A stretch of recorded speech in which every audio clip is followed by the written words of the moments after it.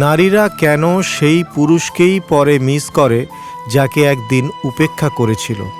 কখনো কি ভেবেছ একজন নারী যাকে একসময় গুরুত্বই দেয়নি, যার মেসেজ সিন করে রেখে দিয়েছিল, যার উপস্থিতিকে খুব স্বাভাবিকভাবে নিয়েছিল, হঠাৎ একদিন সেই মানুষটাকেই কেন মিস করতে শুরু করে?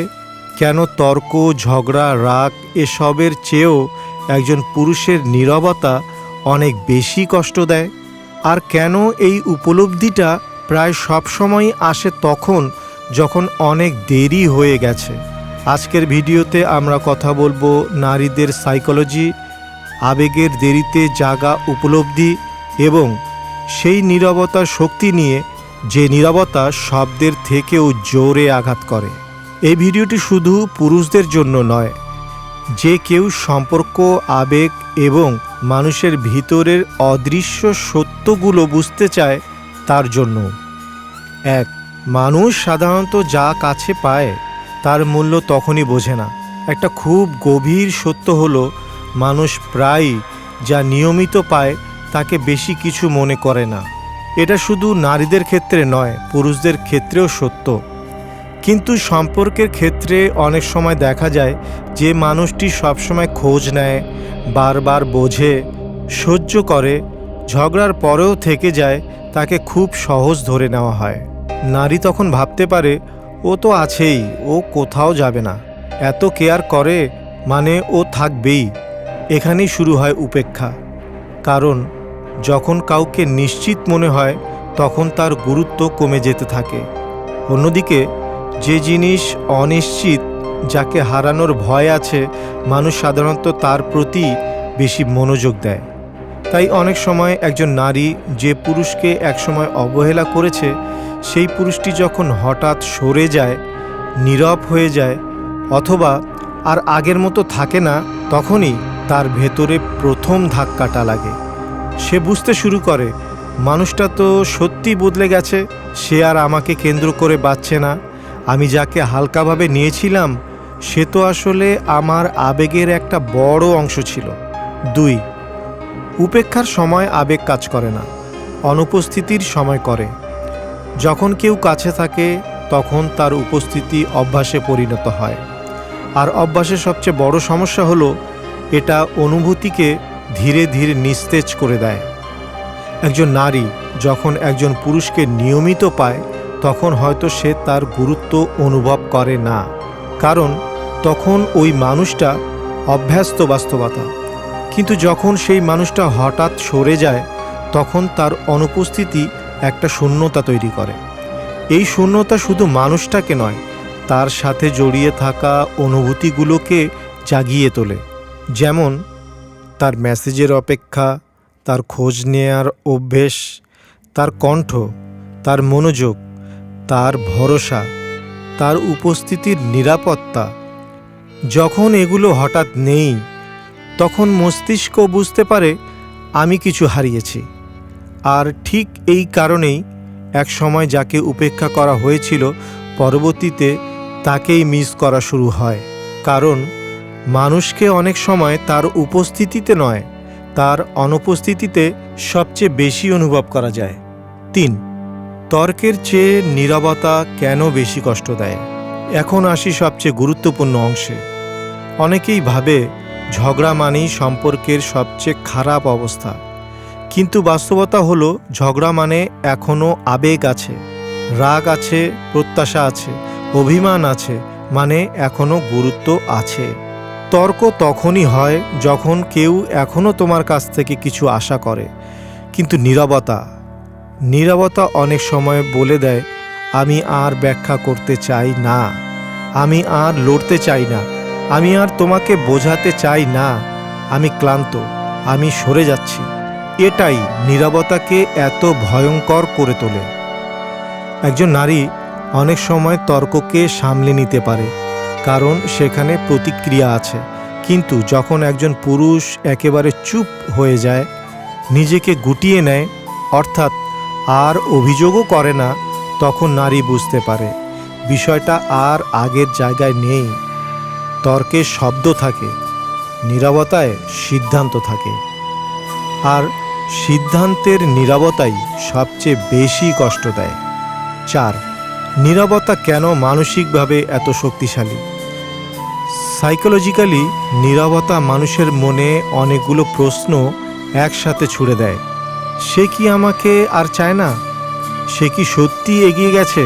সে কি আর কষ্টও পাচ্ছে না? আমার জন্য তার ভেতরে কিছুই কি বাকি নেই? আমি কি খুব দেরি করে ফেললাম? এই প্রশ্নগুলোর উত্তর যখন সঙ্গে সঙ্গে পাওয়া যায় না, তখন মনের ভিতরে অস্থিরতা বাড়তে থাকে। তর্কের সময় অন্তত তুমি জানো অন্যজন রাগান্বিত, কিন্তু নীরবতার সময় তুমি কিছুই জানো না। আর মানুষ অজানাকে সবচেয়ে বেশি ভয় পায়। সেই কারণেই একজন উপেক্ষাকারী নারীও একজন নীরব পুরুষের সামনে দুর্বল বোধ করতে পারে, কারণ তখন সে আর পরিস্থিতিকে নিয়ন্ত্রণ করতে পারে না। আগে হয়তো সে জানতো এই মানুষটা রাগ করবে, কষ্ট পাবে, তারপর আবার ফিরে আসবে, কিন্তু এবার সে চুপ, দূরে, শান্ত, এবং হয়তো সত্যি আর আগের মতো নেই। এই পরিবর্তনই সবচেয়ে বড় মানসিক আঘাত। 5. কেন উপলব্ধি সবসময় দেরিতে আসে? এটাই সম্পর্কের সবচেয়ে ট্র্যাজিক অংশ। উপলব্ধি সাধারণত তখনই আসে যখন ক্ষতি বাস্তব হয়ে ওঠে।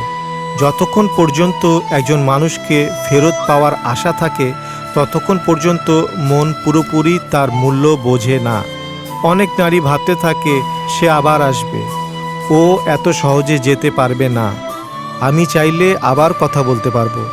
কিন্তু যখন দেখে মানুষটা সত্যি নিজের জীবন নিয়ে এগিয়ে যাচ্ছে আর আগের মতো ফিরে আসছে না, তখনই ভিতরে ভিতরে একটা বোধ জাগে, আমি যার ভালোবাসাকে সাধারণ ভেবেছিলাম সেটা আসলে সাধারণ ছিল না। কেন দেরি হয়? কারণ আবেগ অনেক সময় বর্তমানকে নয়, ক্ষতিকে দেখে জাগে। যা আছে তার প্রতি কৃতজ্ঞতা কমে যায়, যা হারিয়ে যায় তার প্রতি আসক্তি বেড়ে যায়।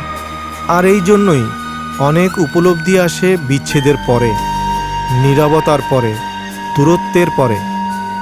6. নারীদের সাইকোলজির একটি গুরুত্বপূর্ণ দিক।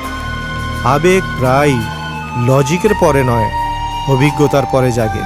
অনেক সময় একজন নারী কথায় বোঝে না একজন পুরুষের গুরুত্ব, কিন্তু অভিজ্ঞতায় বোঝে। তুমি যদি বারবার বলো আমি তোমার জন্য আছি, আমি সত্যিই তোমাকে চাই, আমি তোমাকে গুরুত্ব দিচ্ছি, তাতে সে হয়তো পুরোটা অনুভব করবে না। কিন্তু তুমি যখন চুপ হয়ে যাও, তোমার জায়গাটা ফাঁকা হয়ে যায়, তোমার যত্নটা হঠাৎ বন্ধ হয়ে যায়, তখন সে অনুভব করতে শুরু করে এই মানুষটার উপস্থিতি তার জীবনে কতটা বাস্তব, কতটা প্রভাবশালী ছিল। কারণ আবেগের ভাষা সবসময় শব্দ নয়, অনেক সময় দূরত্ব, অনুপস্থিতি এবং নীরবতাই সবচেয়ে বড় শিক্ষক। 7. কিন্তু সব নীরবতা শক্তি নয়। এখানে একটা ভারসাম্যপূর্ণ কথা বলা খুব জরুরি। সব নীরবতা পরিণত নয়, সব দূরত্ব আত্মসম্মান নয়। কিছু নীরবতা চাইল্ডিস্ট, কিছু নীরবতা ম্যানিপুলেশন, কিছু নীরবতা পানিশমেন্ট।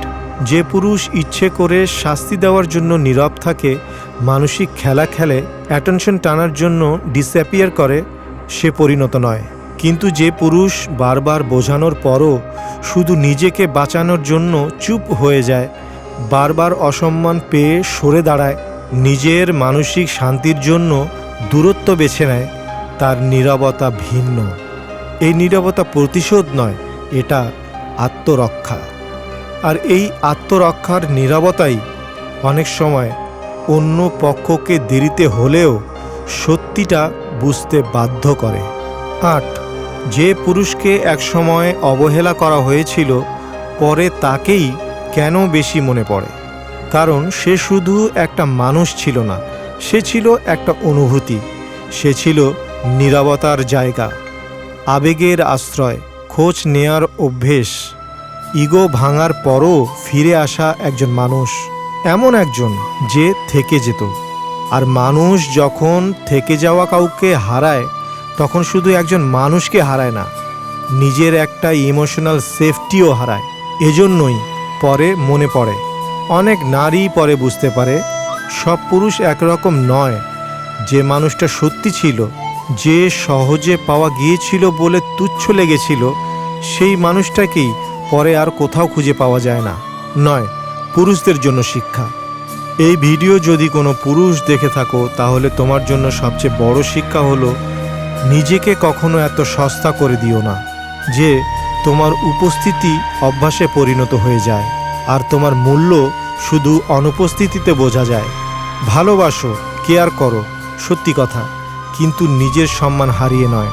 বারবার এমন কারো কাছে নিজেকে প্রমাণ করতে যেও না যে তোমার নীরব কষ্টটাও বুঝতে চায় না।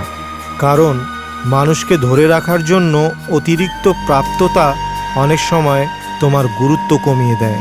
মনে রেখো, যে তোমাকে সত্যি মূল্য দেয় সে তোমার চিৎকারের আগে তোমার নীরবতা পড়তে শিখবে। 10, নারীদের জন্য শিক্ষা। আর যদি কোনো নারী এই ভিডিওটা দেখো তাহলে একটা বিষয় মনে রেখো, যে মানুষটা সবসময় আছে তার মূল্য সবসময় থাকবে ভেবে কমিয়ে দিও না। কারণ সবচেয়ে মূল্যবান মানুষরা চলে যাবার আগে অনেকবার সুযোগ দেয়, অনেকবার বোঝায়, অনেকবার সহ্য করে, কিন্তু একবার যখন তারা সত্যি চুপ হয়ে যায় তখন সেই নীরবতার ভেতর ফিরে আসার দরজা সবসময় খোলা থাকে না। কাউকে অবহেলা করার আগে ভেবে দেখো সে কি শুধু সহজলভ্য নাকি সত্যি দুর্লভ। কারণ সহজে পাওয়া জিনিসও অমূল্য হতে পারে। শেষ পর্যন্ত সত্যিটা খুব সরল। নারীরা অনেক সময় সেই পুরুষকেই পরে মিস করে যাকে একদিন উপেক্ষা করেছিল। কারণ উপস্থিতির চেয়ে অনুপস্থিতি অনুভূতিকে বেশি জাগিয়ে তোলে। তর্কের চেয়ে নীরবতা বেশি কষ্ট দেয়, কারণ তর্কে আবেগ আছে কিন্তু নীরবতায় থাকে সরে যাওয়ার ইঙ্গিত। আর উপলব্ধি দেরিতে আসে, কারণ মানুষ যা হারায় তার মূল্যই সবচেয়ে গভীরভাবে বোঝে। তাই সম্পর্কের সবচেয়ে বড় শিক্ষা হলো, যে মানুষ তোমাকে সত্যি ভালোবাসে তার মূল্য সে চলে যাওয়ার পরে নয়, থাকার সময় বুঝতে শেখো। যদি এই কথাগুলো তোমার কাছে সত্যি মনে হয় তাহলে কমেন্টে লিখো, নীরবতাই সবচেয়ে জোরে কথা বলে। আর এমন গভীর রিলেশনশিপ সাইকোলজি ভিডিও পেতে চ্যানেলটি সাবস্ক্রাইব করে পাশে থাকো।